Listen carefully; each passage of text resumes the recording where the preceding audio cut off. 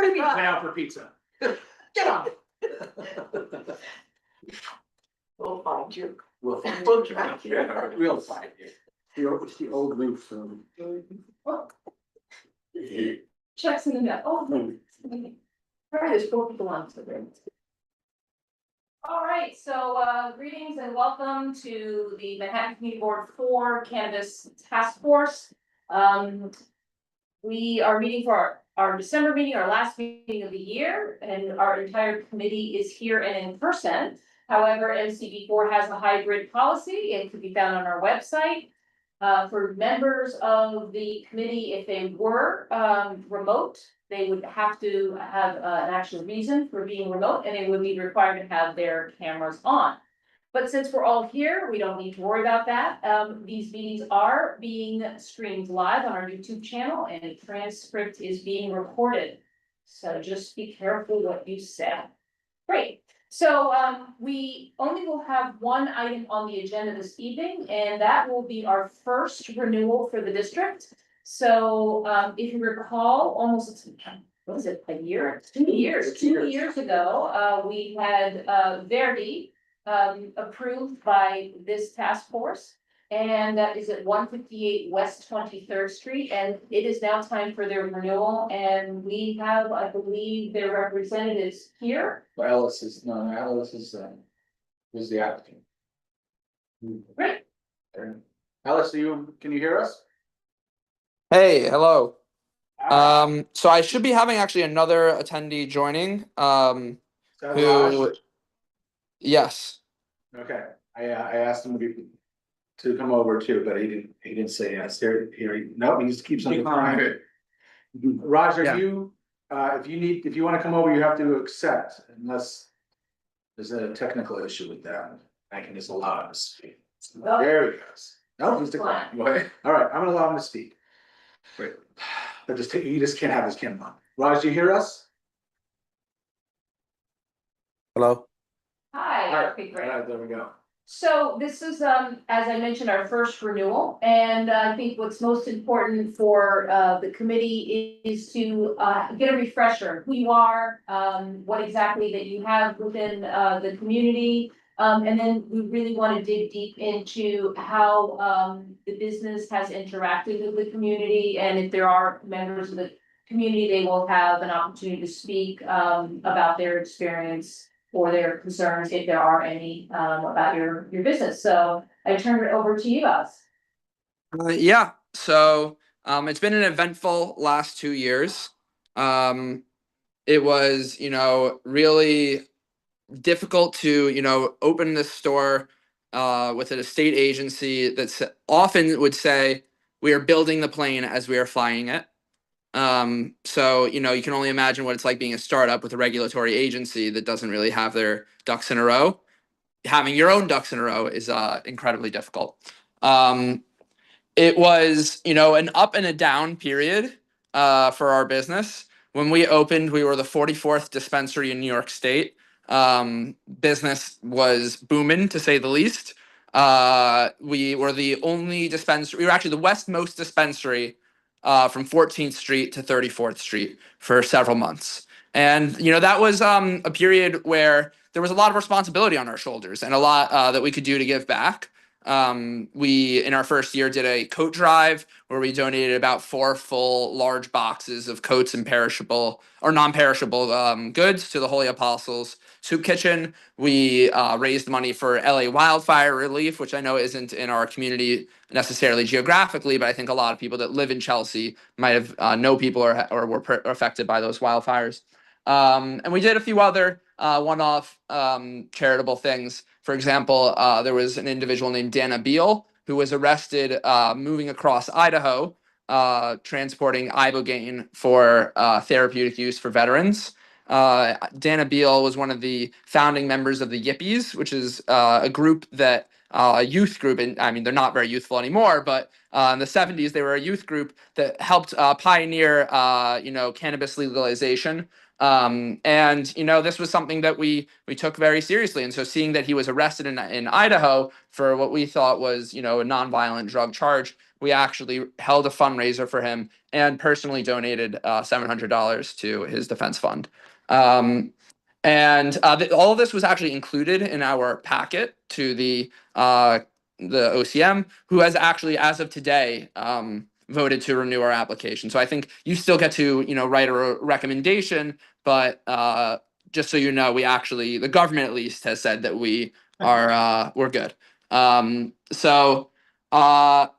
It was at the beginning we were doing about $34,000 in sales a day at our peak, and this was really actually. So I'll give you the full kind of financial timeline. So when we first opened, we were doing about $6,000 a day. Nobody knows about us. Over the first few months, we grew to about $10,000 a day in sales, and it was only in May that the Adams administration started, got the go-ahead to start enforcing these, unlicensed stores that were on every corner. And once that enforcement started, our sales pretty rapidly over the following about 3 or 4 months increased from, $10, $12, $13,000 a day, whatever, to like $34,000 a day at our peak. And it was at that period that we were doing most of our philanthropic, efforts. And we're really, gung-ho about giving back. And the organization swelled to a large number of employees. More on that in a bit. And our costs, really were pretty high, but we didn't care because I was a young, successful business owner, and maybe the hubris got to my head a little bit. So fast forward about 10 months, and our sales dropped over 60%. So that period of being the only people in town, or at least the only people from 14th to 34th Street west of 6th Avenue, was came to an end. And I think that the nature of the business had to change very dramatically and very quickly. And I think a lot of people might have been upset by how quickly and the way that those changes might have happened. But it quickly, the name of the game changed from, okay, how are you going to expand and get your name out there as quickly as possible, to how are you going to survive the storm? At this point, the OCM has licensed over 500 stores in New York State. There are new ones opening up all the time in the neighborhood, and it's difficult to run a business in these business conditions. And honestly, personally, I really struggled with a lot of depression, dealing with seeing my store go from this amazing business to not being able, really struggling to pay some of its bills and having to lay off a significant number of my staff, people that I really respected and I think did a great job, and now probably really don't like me because, are you going to like the guy that laid you off? No, probably not. Even if it necessarily wasn't, it might not have been my fault that our sales dropped 60%, or I think even maybe closer to 68% at this point, if you look at the most recent sales data. So it's been a difficult period the last few months, but there has been a bright spot. So as you may have remembered, my father is majority control. He's 70% of the business. I was 30% when we first opened. And my father he's gotten pretty sick. He's 74 years old, actually about to celebrate his 75th birthday, still kicking in January. And his eyesight's not totally there anymore. So I used to be able to have him, he'd look over contracts with me when we were first starting out, everything I would have him look over. And now it's, difficult to run a business with him.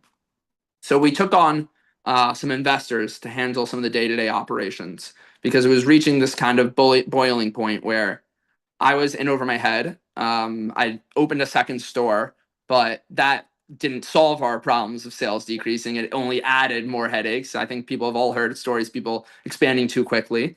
I was actually had the opportunity to open a third store with some business partners, which would have been, I don't know if it would have been in your community board. It would have been on 18th Street between 5th and 6th Avenue. Little spoiler, that might be coming one day. So what I did was I sold my interest in these licenses. as well as Sudex Inc. I sold my 30% share to these business partners. And they, after our renewal, are going to be taking over the business. They've been there for the past few months to get kind of a hold on on things and figure out how to run it. You might have seen some of the changes they've implemented, but I think that they do want to keep what Verdi has been alive. I think a lot of people really love. Some people hate the music. I think that they found a good middle ground in terms of turning down the volume, but still keeping. I think it's important to have this place. A lot of the people that come to the music on Thursday, I'll say one more thing about the music and in defense of the music. 'Cause I'm sure there are people that hate, the loud music, and there are people that love the loud music. And one thing I'll say in defense of the music is I think New York City is getting very sterile in a way. You may not feel like that when you see a rat running through the trash, but I think it's getting sterile in a way of a lot of these small businesses are being gobbled up by big conglomerates. A lot of them are closing. For example, the inventors of the black and white cookie on the Upper East Side, Glazer's Bake Shop, closed in 2018, and it was really sad to see that cookie store go. And I think that we're losing a lot of the things that make us weird and different, and maybe don't make the most financial sense. Like, it's expensive to have musicians come every week, and we pay them, I think pretty fairly for their time. And it's not necessarily like a good business investment if you just look at it from the concrete, what can you measure, data-driven world that we all live in these days. But sometimes when the band was just sounding, just right, and the sun was starting to come down or had just come down, and people are kind of walking home from work, and there's this energy on the street. It really was nice. It really was beautiful. And I'm really that, might be the thing I'm most proud of, that there were some beautiful moments that we made, even if my time with Verdi Cannabis is coming to an end. So I've gotten a job in the Netherlands. Actually, my fiance is Dutch, so I'm going to be moving over there come January.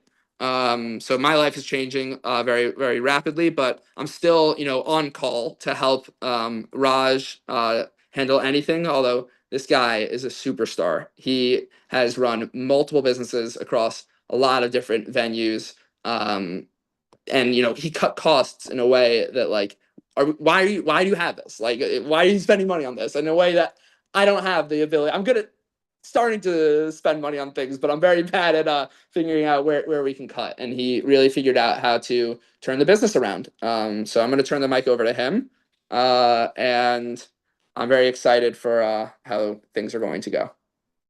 Thank you. Raj, welcome. Hi, how are you? I don't know if you guys can hear me. We can hear you. Sorry that we can't see you, but it was a technical glitch. So happy to at least hear you.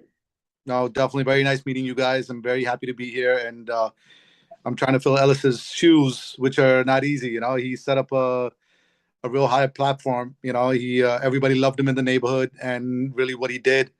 And like I said, every business changes. And you have to change with the business. If you don't change, you get obsolete. That's what you see. Stores closing, and I think Ellis is great. What he did was great. The community is beautiful. Everybody loves it. We had to make changes, which every business has to do. As business changed, as the numbers went down, we had to make changes we weren't happy about.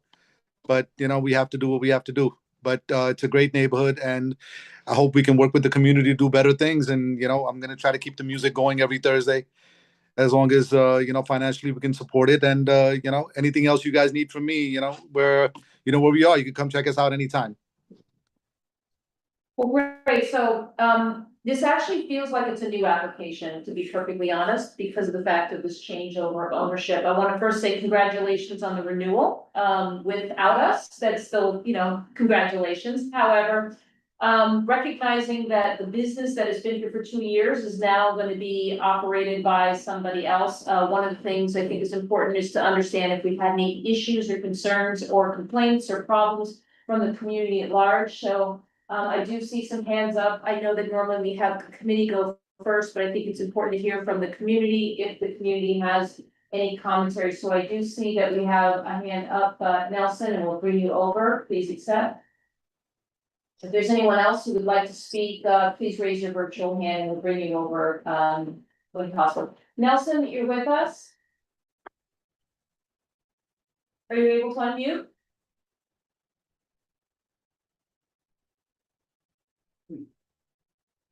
All right, can you hear me? Yes, we can. Hi, Nelson. Hi, how are you doing today? I would like to Great, greet thank all of you. you. I would like to say that one, they paint a very good picture, very great narrative of the stuff that they're doing and on the backs of all the workers who have been doing it for them when they have absolutely no idea what they are doing. They have numerous violations. They have Ellis himself, before he left and transferred management, had made numerous violations, with OCM violations, with labor violations.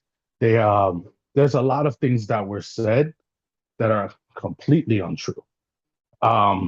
Yes, we did make a lot of noise with the music. We made everything, but that was not done, or was he ever participant in that stuff, in those decision makings? He was often absent in those decision makings. He also made very uh un I don't know, incompetent choices when it came to certain things. Like, for example, bringing a Fisher Price table to the front of the store when clearly we're not supposed to advertise to children. He also had people drinking in the store, along with Raj and their pal. They have done multiple violations. They implemented a bag search policy the same day.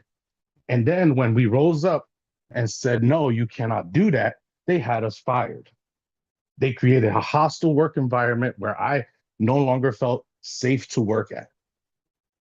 Both of these guys should not be renewed. Their license should not be renewed. They don't know what they're doing. They don't listen to their management when management is clearly telling them that they cannot do those things.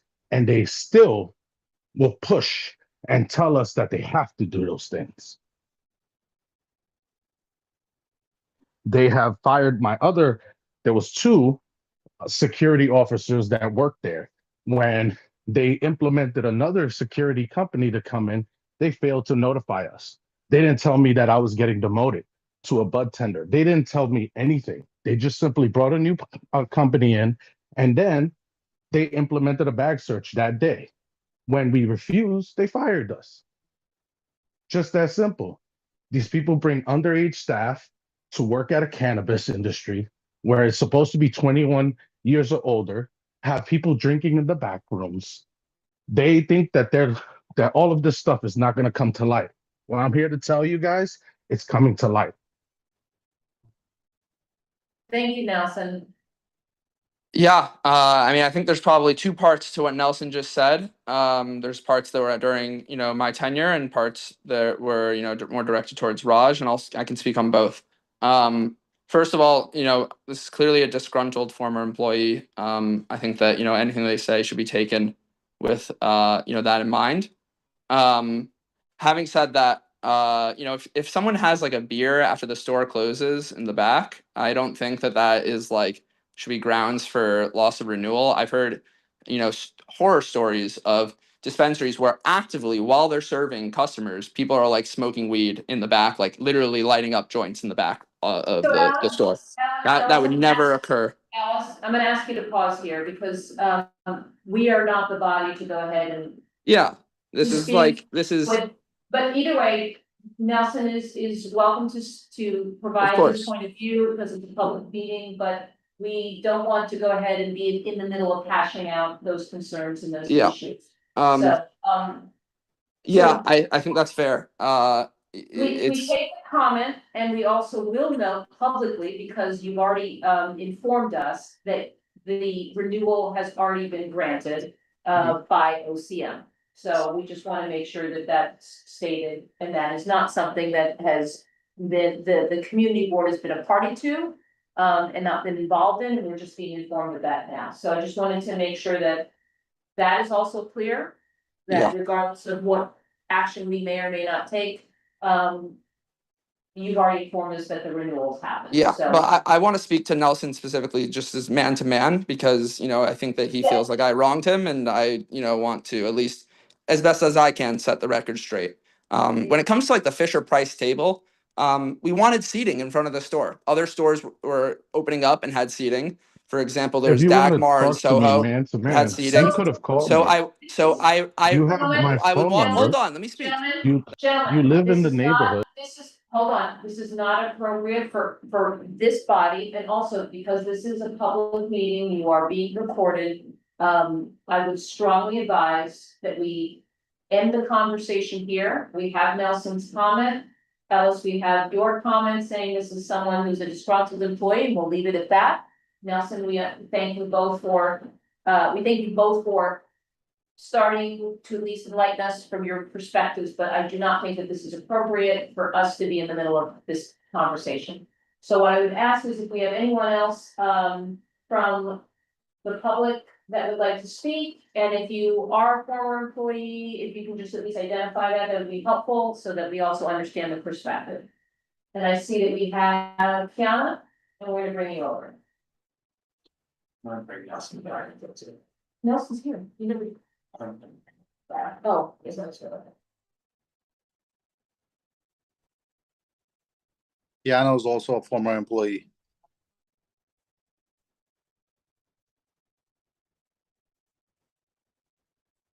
Sounds like they declined to be promoted to panelist, so that's the message I saw. No. First, I saw Kiana declined to be promoted to panelist. Kiana, can you hear us? Yes, I can hear you. Can you hear me? Yes, you can. Yes, so Please go ahead. I am also a former employee. I honestly did not want to speak today because Verdi has caused a lot of emotional distress for my time being there and after. I really just came on here basically to second what Nelson has said. I am the second security who had gotten fired, and the reason why I was fired was mainly very, very unclear. I also do have everything in terms of the reason or the day I was fired and the whole in situation that happened with it. I was wrongfully terminated. If you ask me and anybody else at the store that also ended up leaving or getting fired for standing up for me. They asked or they were requesting to check my bag and only my bag when I was coming in from my lunch break. And when I asked the security guard, which I also have my security license as well, why I was being checked or why my bag was being checked, he didn't give me a reason and ended up calling the Raj's wife, and she's the one that sent me home. I asked for documentations as to why I got sent home or to the reason why I was sent home. That never actually got sent to me. Instead, I got a separation of termination for a separation of employment. I'm sorry. But also on my way out the door that day, the police was called on me. Now, I didn't do anything to any capacity for police to be called on me. I am a Black female that worked for this man for a year and a half. So and I will say that I am one of the best bud tenders there. I brought money into that store. I know how to sell products. So, and Ellis, for you to make a face right now, I think is very, very uncalled for. But it's the fact of the matter that like the police was called on me. I have my security license, so I know the ins and the outs and what I'm supposed to do and I'm not supposed to do. I did not get physical with anybody. I actually have footage of the situation, so it was just very unclear as to why the police was called on me, and this is why I say that I have emotional trauma from this place. And why I didn't want to speak. So I just wanted to put that out there that it can't, Nelson can't be he can't be the only person, or it's not just him. He's clearly not a bad employee or whatever. And I'm not sure what the exact words that Ellis called him, but I just wanted to make that clear that yeah, it's more than the staff will let you know that that store is not the same since October 1st, and half the staff that Ellis started off with is not there anymore. He doesn't have Raj does not have the staff that he once had. And the reason for that is because of the situation that happened um October 28th or 26th. So that is my piece, and thank you for hearing me out. Yeah, no, thank you. We appreciate you showing up this evening. So I'll just be blunt. You know, the only concern that we have as a community is that there are responsible businesses that are compatible with the community that they're in. We always do advocate for people to hire locally, and but when it comes to disputes with employees, et cetera, that's not something that we get involved with. As I already mentioned, you've informed us that you have a renewal, so a lot of it's taken out of our hands, but on a personal note, you made a business decision. And Raj already said, businesses change, you have to adapt to the markets, we understand that. But an expectation is that regardless, is that anything operating in our community, especially if you were the first, and ended up having to have a lot on your shoulders, that mantle should still be on the shoulders of this business. It should still stand for doing right within this industry and doing right by the community in which you stand. And that community not only includes the people around you, but also the people that work for you. So what we hope is that we have the opportunity to see with this new management coming in, that we will have a responsible and responsive operator to community concerns, community issues, and make yourself available, Raj, for when we have problems so that we can work this out together as a community and not have to have a situation where we would, as a body, feel the need to say, this is not a welcome business within our community. That's my personal view, but I really feel strongly expressing that because, Alice, I'm happy that your life is now going in a very positive direction. You're getting married, you're moving abroad, that's great.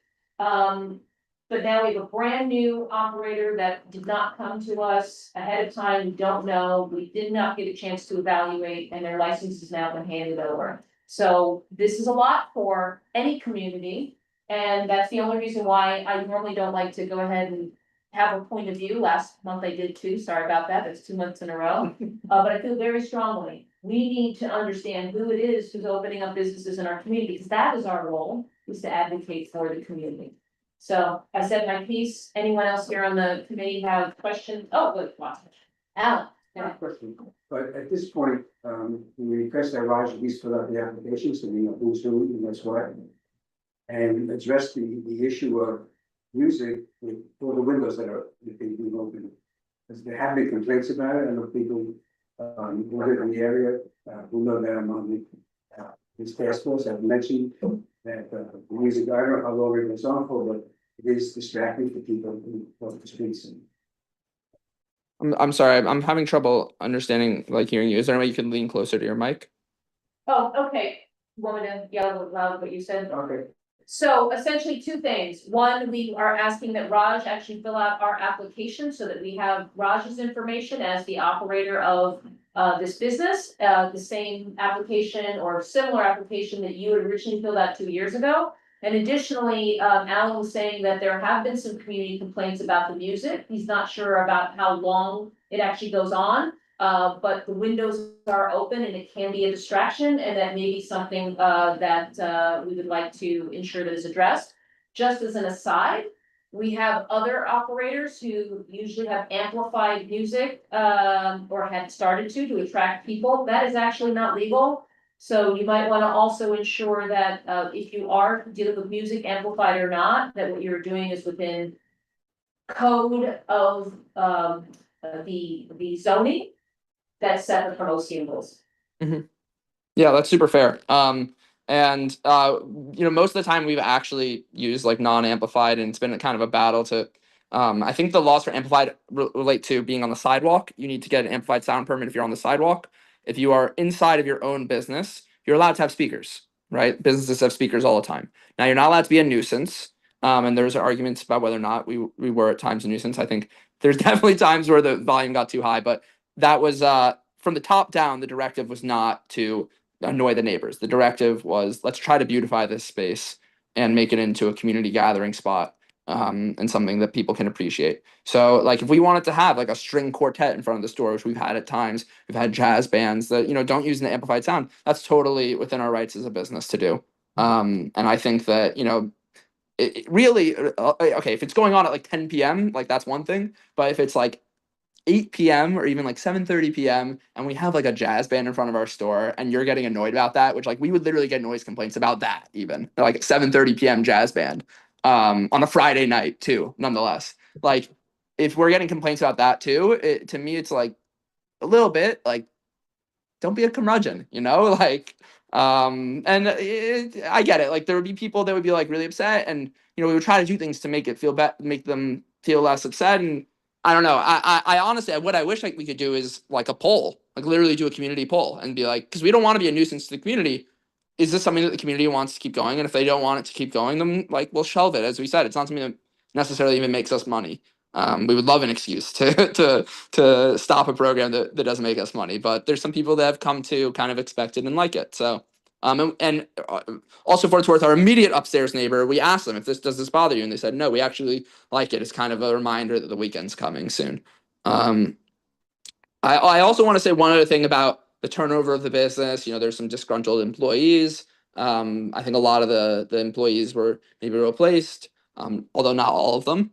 I transferred 2 businesses at once, and my father, as a family, we sold 5 or 6 businesses over the course of our together. And sometimes new owners come in and they change out a lot of people, and sometimes they don't. And even in this situation, Raj took over my Brooklyn store and let go of basically no one. Let go of like the top manager because they didn't need them. It was like the most expensive part of the salary. But in terms of the bartenders, nobody was really let go. That was totally different for the Chelsea store. Now, as an outsider, you might look at that and say, well, is it because these people are complete a-holes and just want to cut people for the sake of cutting people? Or could there be another reason? You know, I don't want to, you know, accuse anyone of anything, but ask yourself that question. Why might these people be let go? There's and others not let go by the same, you know, team that's overseeing these 2 businesses. So I just want to call attention to that.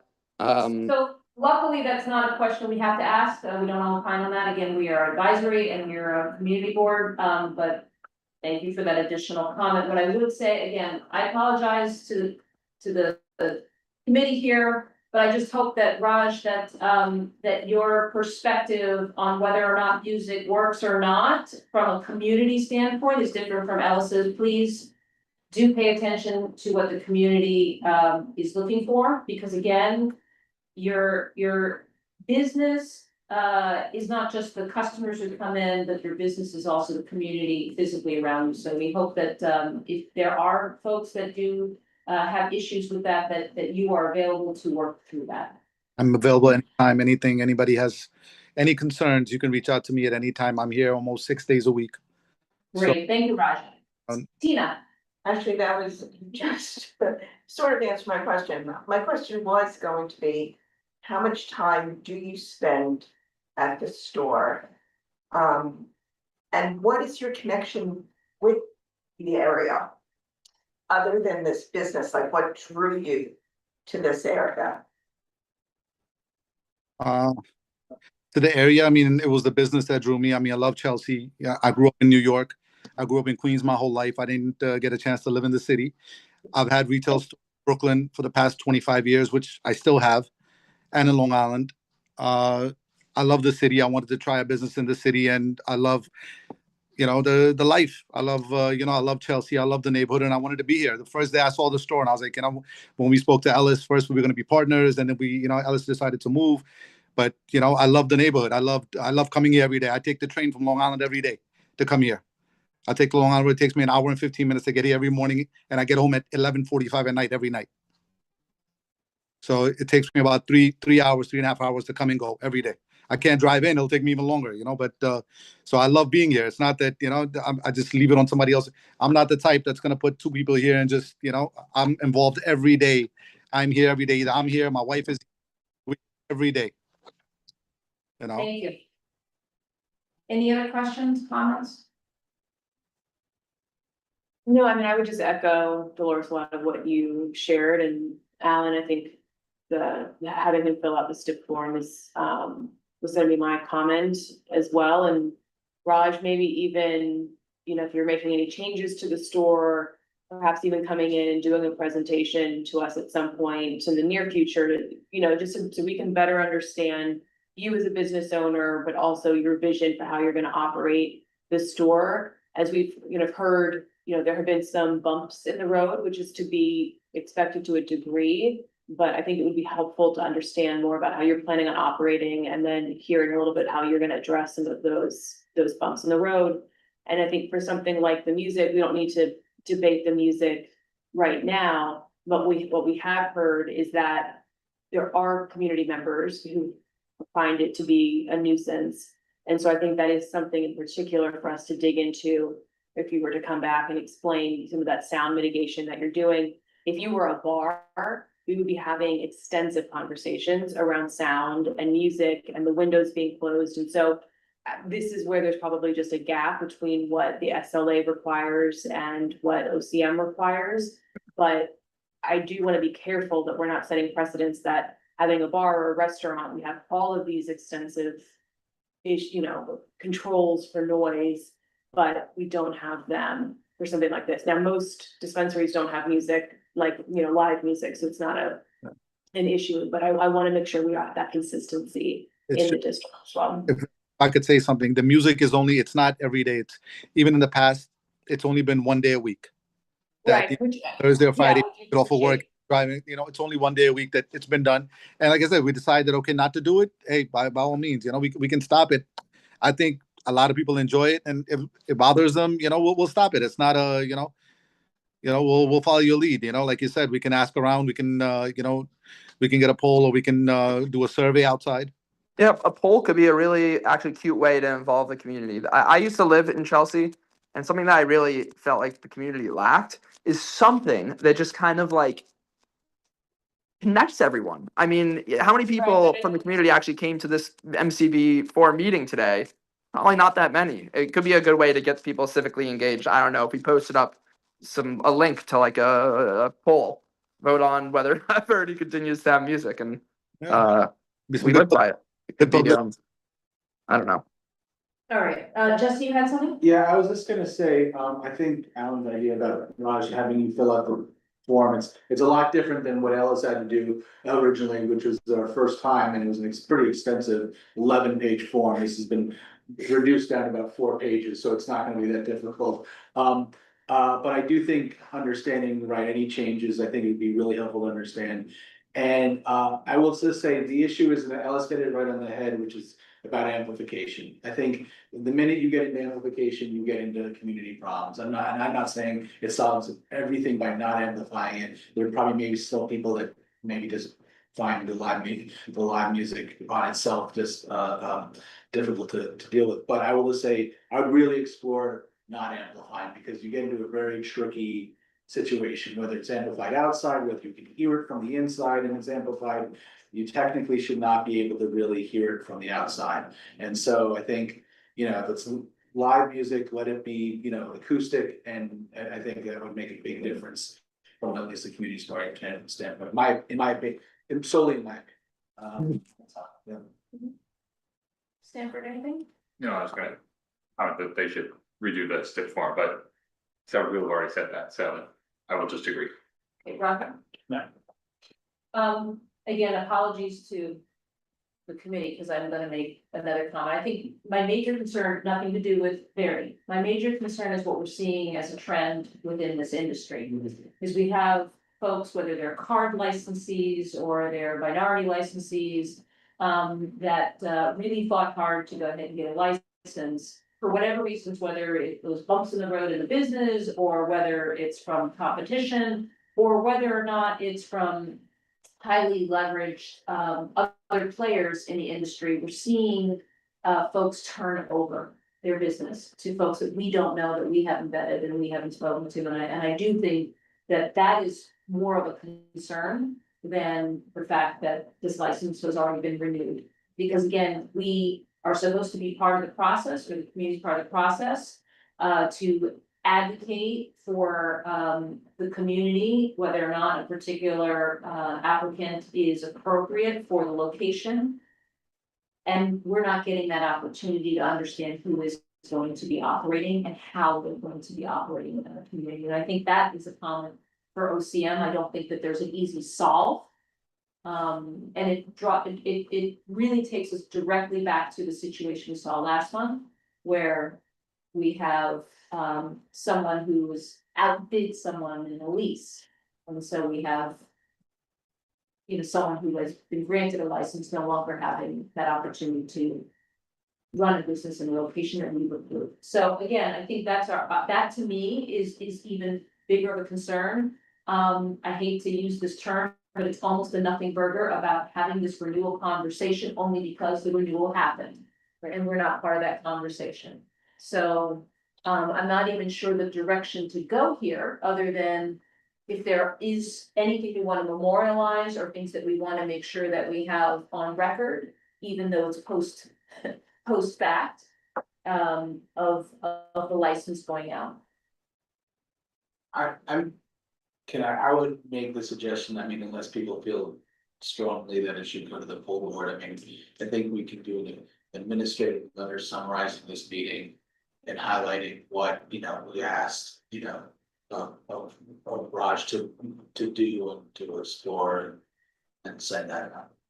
I mean, and if you feel, unless people feel like they want to go to the full board with it, but I think Dolores' point is valid, that we don't really have a place right now to approve or deny. I mean, it's a kind of paper tiger at that point, but we should definitely, I think we should document this conversation. So you're proposing we write an ad. He's not Yes. anything. Well, no, I'm not proposing it. I'm not making a motion or anything. I'm suggesting that we could include everything that we've said. Unless we're saying we want to put more strength behind it and say this is a condition of something, but it's on the condition of not an approval or disapproval. Because it's already happened. It's already happened. But I will say, I do want to take some responsibility for what this timing is. That this was our first renewal, so I was unprepared. I wasn't clear with how this happened. So in the future, as we go forward, it seems like the renewals, and maybe Ellis and Raj can confirm this for me, are going to be very similar to almost the same as the application, which is the 30-day notice that we can extend, ask for a 30-day extension. And if we want to start doing that for all of the renewals and having them come back and you know, have a more thorough conversation. We don't do that with BLP because we just have so many. But I will say, as of now, we know we have 20 plus. We will be getting more. Yeah. And so I do think we need to be prepared that if we want to do that, then we should do that for everybody, and it's going to be an extensive amount of, you know, as we just experienced, the businesses go up, go down. There's former employees. There's community issues. It's going to be a much. It could be a lot more of a heavy lift in terms for this committee to do. Than just having a conversation saying thank you. Or yeah, exactly. Alan and Tina. Well, I think a letter should go to the board about just to be on record of what happened with the posting. But I think, seeing what's happening upstate with the administration of OCM and changes and everything happening, I think we should put them on record as to how we feel renewal should be structured. I mean, they should know that you know, the applicants, whether they are, need to come back and just go through the same process. We've had operators get approved even before they come here and open up 5 days later. So I think at least we should voice our concern that we're not being involved in the process, and they should know that before they approve somebody, which something to have approved, the applicant should come to the community. Well, just and that's certainly clear, like they did. So I mean, this is an example where we did get the renewal. You know, I brought this up at the last meeting, what we want to do with it. The timing of it is just, it's a timing. I mean, I didn't realize that we could actually extend ask for an extension for another 30 days. That was my fault.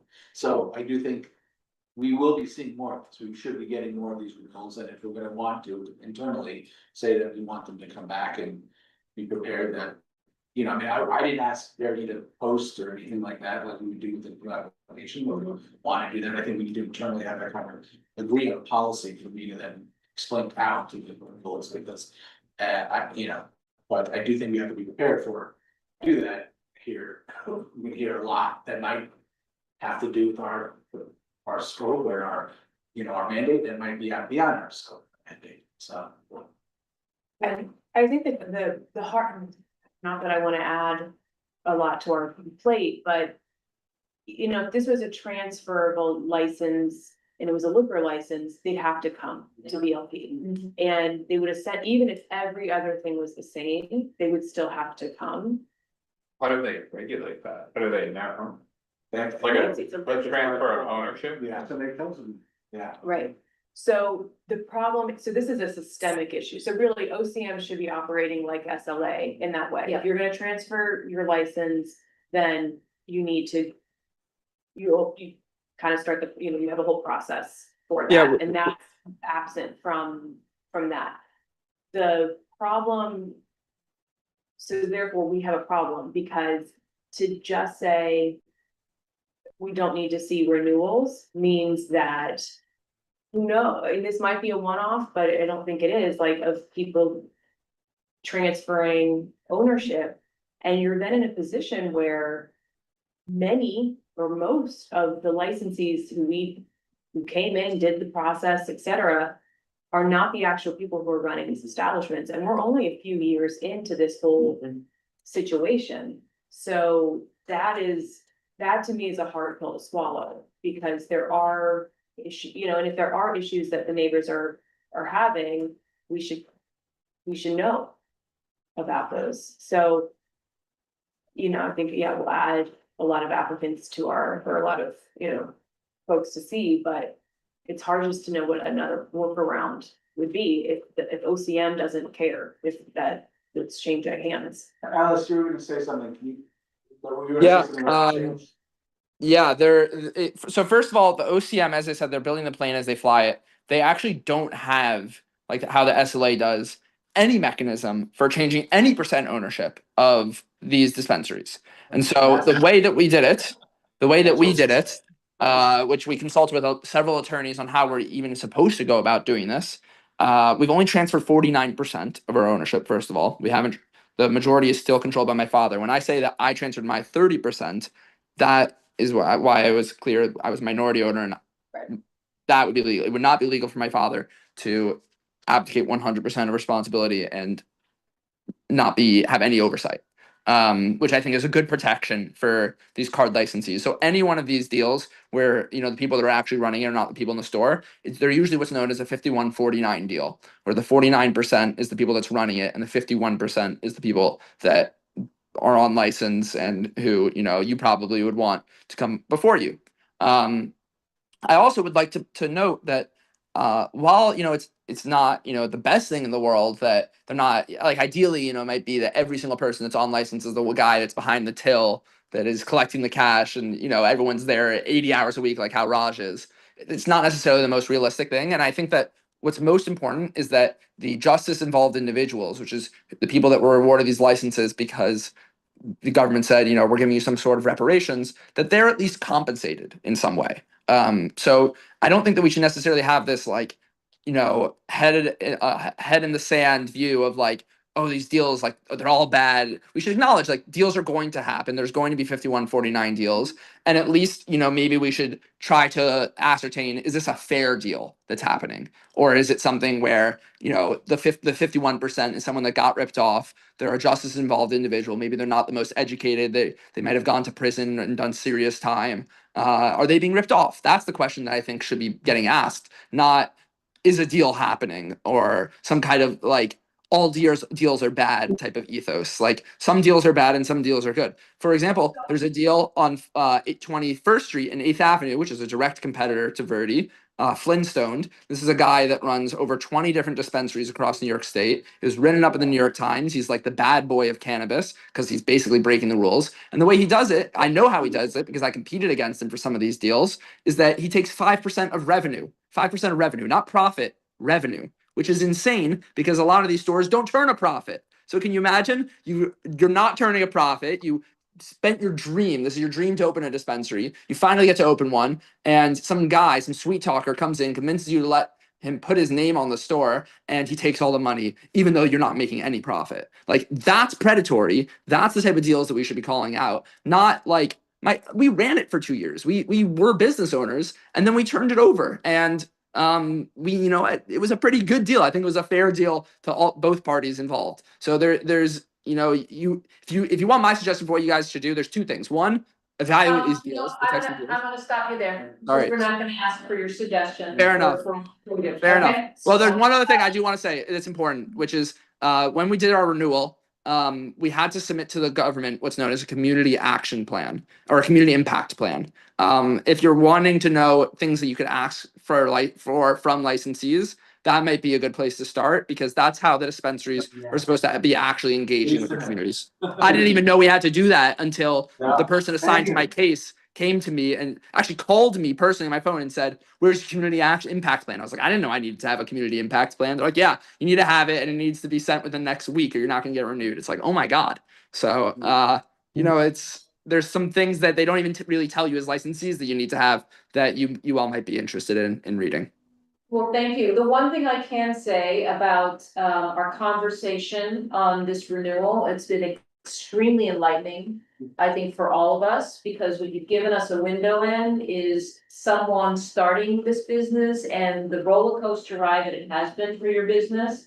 I personally appreciate getting that insight because everything was theoretical when you first started the process.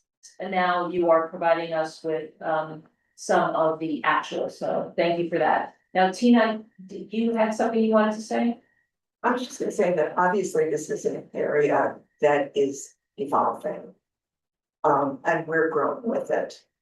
And the one thing that this has told me is I think what we're doing is right.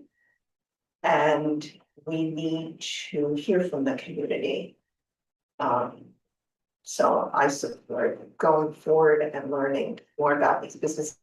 I guess just in this instance, I would hope that if there's any way of finding out if there is a transition in ownership, or if we can get the forms completed before that, is that possible? I mean, there's no, like you just said, There's I think no the issue is there's no process, there's two, I mean, I think there's two, to my understanding, there's two dual issues, right? There is that, what Ellis is saying, that is there actually no form to fill out for him to say, oh, this is changing. And then there's also this issue that there's this 51, 40, 49 deals that are all happening. So in some ways, it's not changing from OCM's perspective, it isn't changing.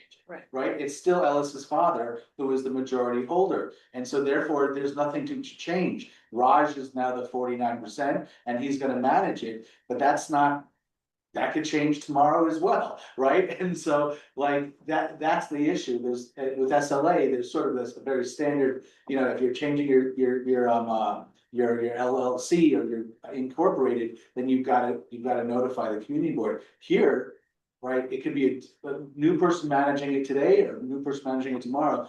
The 51% is someone maybe not even actually going to the store every day.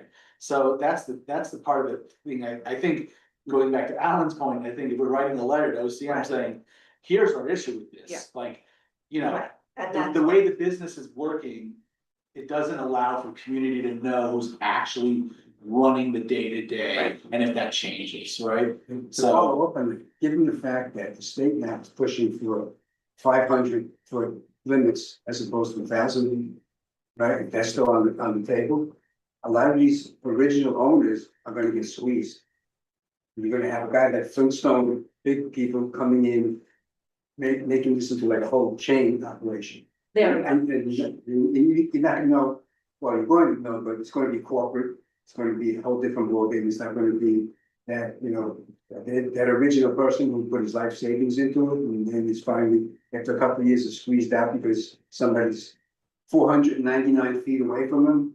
You know, the competition, you know, pricing, boom, boom, boom, and we're gonna lose the whole atmosphere. So I want to bring us back to the agenda item. So what we had was a conversation on a renewal, but we are already informed that the renewal happened. During the course of the conversation, we learned a lot more about the business over the 2 years for this person. We also learned that the business is actually being turned over from a day-to-day basis to a new party who we are just being introduced to now. We are asking that the new business partner introduce himself to the community by filling out our form.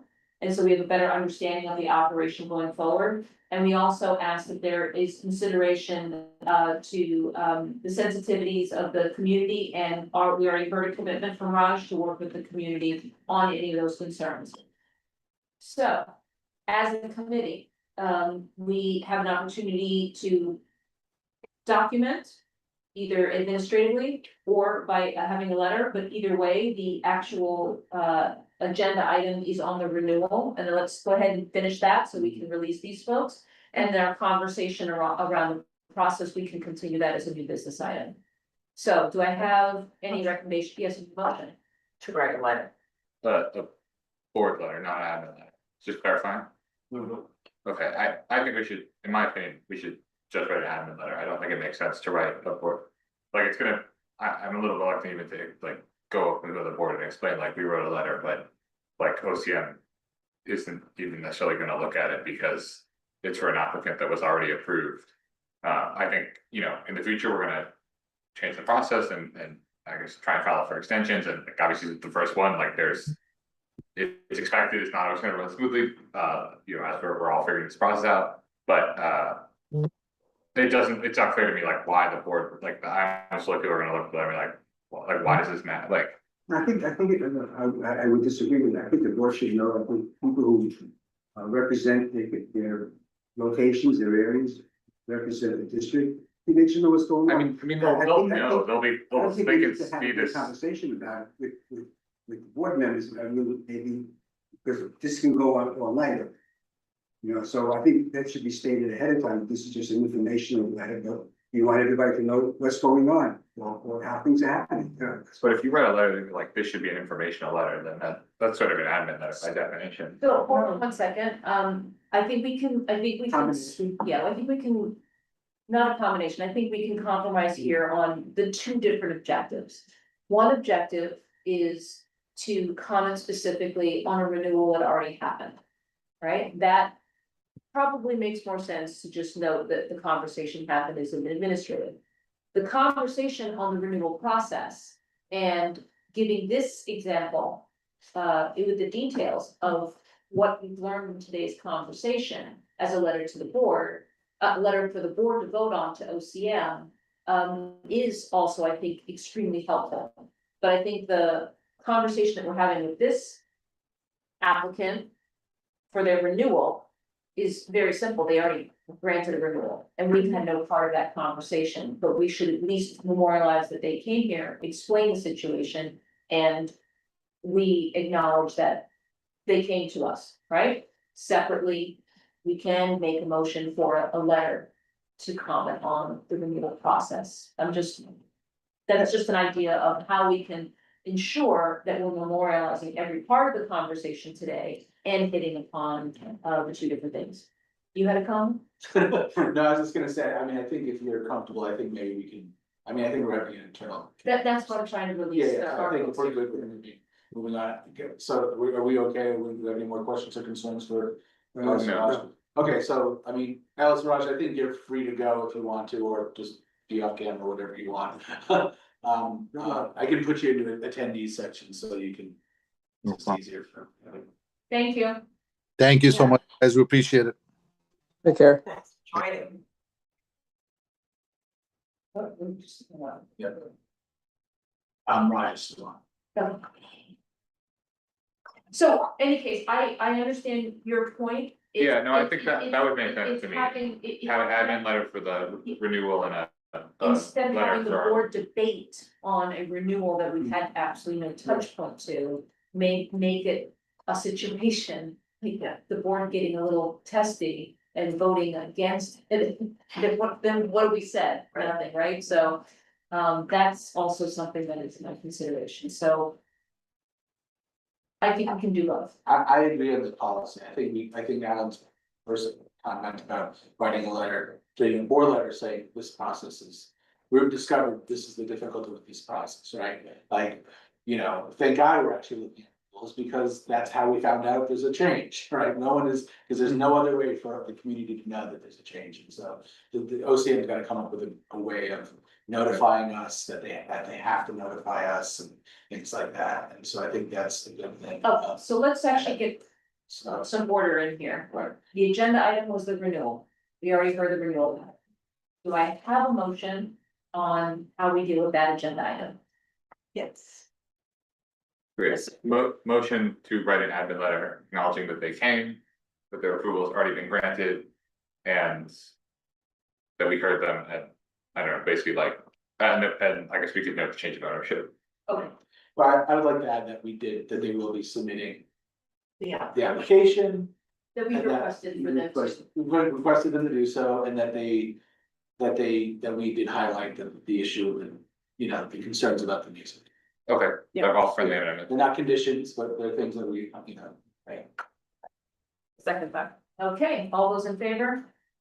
Okay, that's it, us writing an administrative letter documenting that they presented to us, that they already granted their renewal. We requested that the new management fill out our form, and that we had highlighted concern about their music. Now, we can go on to new business, which is the process itself.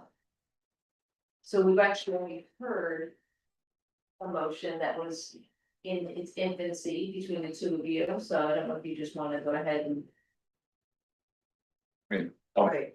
I'll make a motion to write a board letter to express to OCM that the current process is very flawed and that we need a way to be notified of transfers of ownership and that the applicant should be something similar to the SLA, probably. The applicant should be required to come back and speak to us again when there's a transfer of ownership. And I guess I know as a condition to that, they also just need to have a process for transferring ownership. I think it sounds like that's just a baseline requirement here, is that they actually do not have a process at all for transferring ownership. So they should do that too as well. I think we have the caveat is that it's not Including- ownership, it's management. Management. It's management, that's the. Well, you can transfer management because no one can, I mean, like, they can't stop you really from changing your store manager, but the reason why all these 4950 deals are happening, but the 49 is actually the person who's fully operating and managing the store, and the 51%, some cases might as well be just a fully passive Okay, I investor. see what you're saying. Like that's I just- that's a strange arrangement. I think So they should just clarify that. So a suggestion for language is clarifying a transfer of, or a change in the licensee makeup. Yeah. The actual makeup of the license. No, your point is not, I think. Okay, so, you can say you were saying. Yeah, can we also mention that we asked them not to renew unless they talk to the community board, I mean. And this community action plan, you would think that we would be We involved. should have access to the community. What do you think, Jessica? Impact plan. I think the community action plan. Impact. Impact plan, whatever it's called, should definitely be something that they, first of all, clearly they're learning. Wait, is it community action plan No, or impact? community impact plan. Oh, Okay, I'm wondering if these things are public. Yeah, put it on the application. Yeah, they should include it. And they Put it on should- the box. Yeah. Now that we know about it, we'll ask for it, for sure. I think we can do that. I do think that asking them not to renew is not a reality, because it's similar to SLA. That it is, they are basically obliged to renew it. Like it is you know, if it is a process, if there's a window of opportunity for comments, but they were. However, to Rodney's point, I think that we can express our concern that, the community, we would strongly encourage the community has every opportunity possible to, be part of that process for renewal in light of the change of ownership, composition may impact how this, or how this company may operate within our community. Right? You can Yeah. still go off, you can't. I mean, we can also say we think we should, you know. People should come back and talk to us for renewals and OCM should be part of that. But especially Yeah. when there is no process for transfer of ownership or licensure, especially renewals should come talk to us in that situation. But they don't know about it, so that's the problem. Well, but this is the workaround, is that because no one knows, they don't know, we don't know, then at the very least, applicant needs to come out every 2 years, because it might be a different person. So, we have a motion that we write a letter to OCM expressing our concern about the fact that the process doesn't allow for us to understand how the ownership may change, and that we, that there's no process by which renewals are including the community, and we'd like to have access to the community impact plan. And we would strongly suggest that OCM solidify a process by which the community has every opportunity to review a renewal. And recognizing that they also need to find a way to understand if there's been a change in the ownership staff. Yeah, and we should be.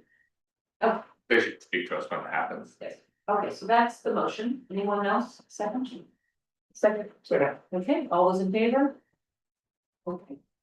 I also want to acknowledge, Nelson, we see that your hand has been up. In case you were not aware, we are an advisory. We don't have any real teeth in the law and in how businesses are run. But most importantly, what we already found out is that this approval happened already. We are not even part of that conversation, but we do appreciate you and your former colleague coming and speaking your concerns and being present to speak what your experience has been with this licensee. So we appreciate you, but that's why we've not moved you back over, because it's not in our purview to deal with an employee dispute. So thank you for being here this evening. Okay. Do we have any new business? I have a question. Yes, please. So this is just coming from us. There's X number of community boards that are gonna be facing the same thing. Can this get onto borough board in some way? I mean, can we do something on a larger scale? So just letting you know, CB2, and Mara will probably be watching this video later. She watches every single one of the, CB2, Cannabis Task Force type committee. She watches every single one of the videos. So she is already working across community boards to provide information, et cetera. But you are 100% right that every single one of us across the city will be facing a lot of these issues, concerns, specifically what was brought up with Flintstone. There are, we'll call them some very well leveraged folks that are literally getting a monopoly on businesses. And what we are seeing is that the intent of this law to allow people that may have been impacted by this industry may not actually come to fruition, as it is very difficult in any business, regardless if it's cannabis, to start to be able to get off the ground, to keep it going, et cetera. And when you don't have the resources, you're just gonna fail. So you're 100% right. It's gonna happen to more than us, and we probably, with a new borough president coming on board very soon, is to flag that as an ongoing issue that we need to bring back to the forefront. Even though they've really squashed a good number of the illegals, we still now have to deal with bad actors on the legal side. So, yeah, I just want to note, this has nothing to do with cannabis, but I just want to be on record that I wanted to thank Joe Restuccia and CHDC for providing the space, since we still don't have a space. For those that don't know it, he offers the space in one of his affordable housing buildings for us to have our community board meetings, and it's very much appreciated, because it is very difficult to find spaces to hold meetings for anything in the city, so. Well, thank you, Joe. Yeah, very well. So if there is no other business cannabis wise, I will entertain a motion to adjourn. So All right, second, second. all right, thank you guys for coming in, happy new year. Exactly.